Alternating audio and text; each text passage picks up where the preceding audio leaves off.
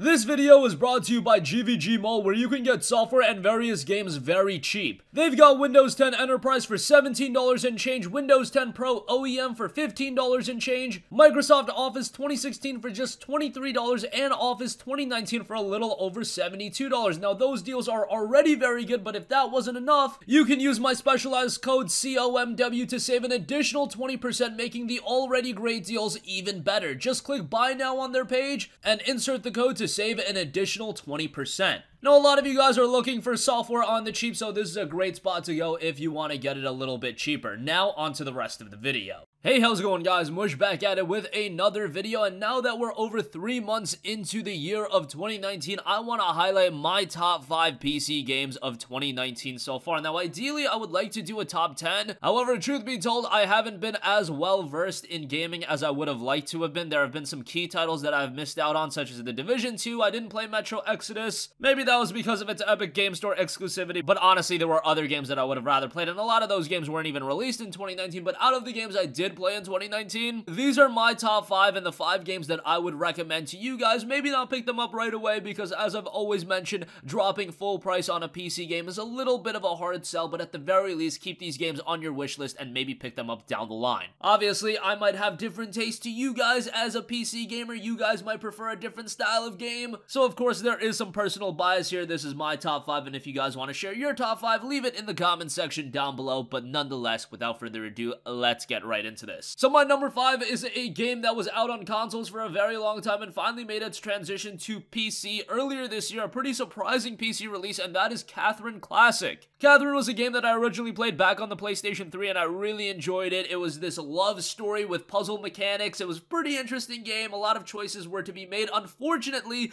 the issue with Katherine Classic is that they had already announced like a souped up version of Katherine Full Body Edition. It added another route to the story, and that version is coming out on the PlayStation 4 later this year. Hopefully PC players get it as well. However, Katherine Classic still offers you the base Katherine experience, and that is still rather good. A great zany story here. It's really off the wall. For some people, it's going to be a little bit too off the wall, but I found it rather engaging and I found it rather enjoyable as well. Sega has been making waves on PC as well. They've released some great games from the Yakuza titles, Vanquish, Bayonetta, Katherine being one of them, and Katherine being an Atlas-developed title. Of course, this one opens the door for Persona 5 possibly coming to PC sometime down the line, but as far as Katherine is concerned, it's a great game. It was priced accordingly at $20, and hopefully when Katherine Full Body Edition is released, they'll give us some sort of discount on it on PC. If we do own Katherine Classic, it'd be unfortunate if this drops for $20. We picked it up, and then we have to pay another $50 for Full Body Edition if that at some point does make its way over to PC, and I imagine it will at some point. Alright, here's my number 4, and some of you guys might be surprised that I ranked it so low, but Sekiro Shadows Die Twice is going to take the number 4 spot. Now, I am a big fan of From Software. I love all of their games, not just the Soulsborne titles, but I even loved Armored Core 2. So, of course, I was heavily anticipating Sekiro Shadows Die Twice. However, I'm going to be real. Yes, this game does do From Software justice, and I can see why some people absolutely love it. For me, I always thought the Souls games were a little bit too hyped up for their difficulty. Yes, they were challenging games, but I never found them unfair, and I always found them relatively rewarding. For Sekiro, this game had me rage quit at some points, and maybe that's just me not being as good at the game as some of you guys. I haven't really taken the time to hone in my skills on Sekiro, so at some points I did get a little frustrated with this game. However, that does not take away the amazing swordplay in this game. That does not take away the incredible visuals, the incredible scenery, the feudal Japan setting. The Japan setting that is so well done, the jaw-dropping boss fights. A lot of elements in this game from a fundamental standpoint are so well done, and I've seen some notion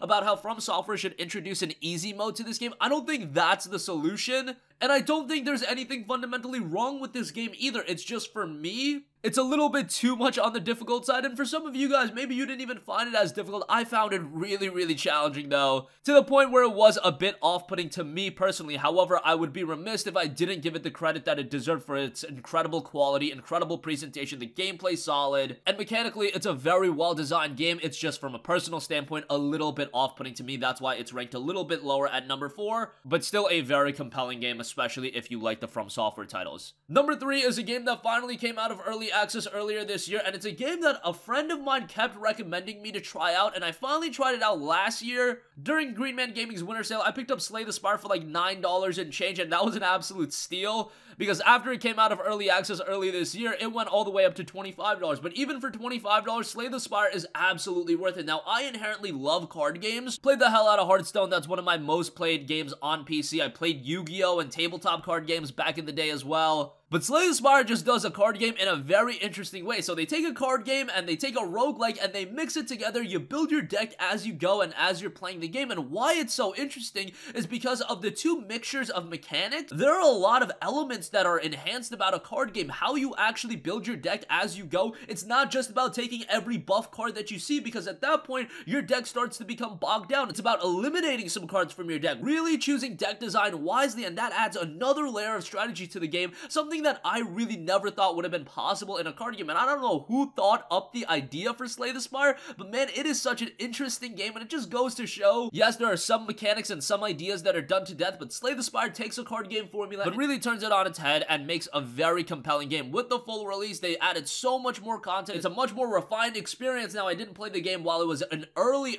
access. I got it towards the end of early access, but man, this game is just so great. If you are into card games or you're just into games that require a lot of strategy, Slay the Spire is one title that you should absolutely check out. It's getting the credit that it deserves. It has an 89 on Metacritic. It has an overwhelmingly positive reception on Steam, and both those scores are well deserved. And again, even though I paid $9 and change for it, and that was an absolute steal, Slay the Spire at $25, given the replayability, given that they're still staying committed to this game as an experience, I would say that it's well worth a pickup. Alright, number 2 was one of the early games of the year that I was super excited for. I was talking a lot about it heading into its release, and that is, of course, the Resident Evil 2 remake coming from Capcom. Resident Evil 2 is one of the most iconic survival horror games of all time, and to hear that the game was going to be remade ground up for current gen and PC, yeah, it was easy to get excited for this, but I was also a little bit skeptical. Resident Evil is a franchise that more recently wasn't known for immense quality. Yeah, Resident Evil 7 was okay, but then you go back to games like Resident Evil 6, and it left a lot to be desired, and now you're remaking an iconic game like Resident Evil 2, there was a little bit of skepticism, but once I saw more and more gameplay of the game, it really seemed like they were doing Resident Evil 2 justice, and when the game was released, that's exactly what we got.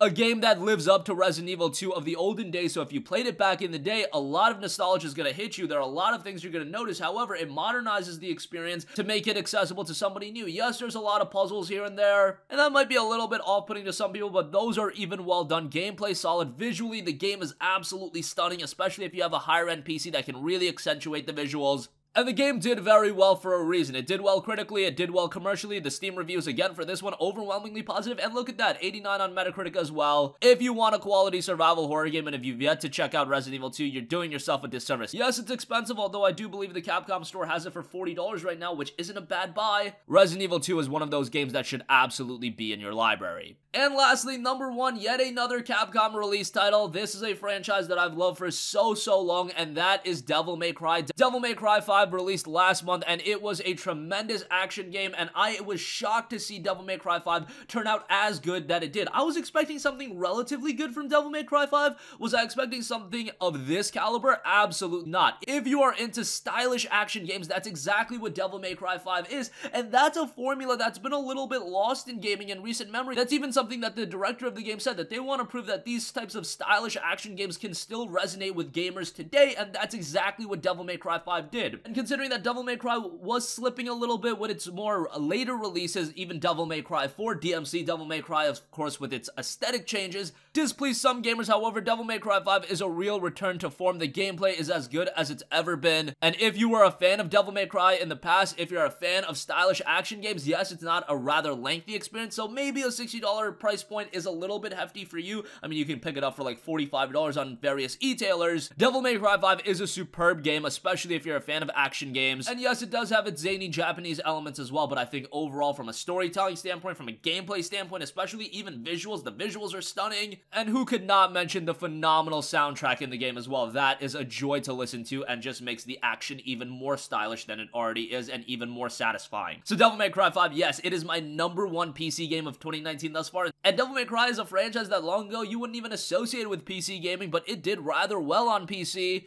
It was received well, and it's my number 1 game of 2019 thus far on PC. That's gonna conclude this video. I hope I was able to give you guys a good rundown of all of the games I picked. think all of these games are of high quality. PC has had a pretty good early 2019 thus far. I would say it's been much better than fall of 2018, which I thought was rather disappointing, but this early 2019 portion has been really stacked. We'll see how the rest of the year pans out. Hopefully I'll get around to playing some other titles such as Metro Exodus, The Division 2, and then I can make a more refined list at, say, the midway point of the year, maybe in June. But that's gonna conclude this video. Let me know all of your thoughts in the comment section down below. Let me know your top 5 PC games of 2019 thus far. That's gonna conclude this one. I'll catch you guys in the next one. Peace out. Hey, what's going on, guys? Mush here again. Hope you enjoyed the video. As you guys might know, YouTube's notification system is sometimes a little bit wonky, even if you're subscribed to the channel. Maybe you're not abundantly aware that I uploaded a video. To remedy that situation, make sure you hit the bell notification button. This way, whenever I upload a new video, and I try to upload as consistently as possible, you will be notified directly of the upload, and you can watch it as soon as it goes live. I would really appreciate if you guys hit that button so you can stay up to date with all of the content I'm posting. But as always, guys, thanks for watching, and I'll catch you guys in the next one. Peace out.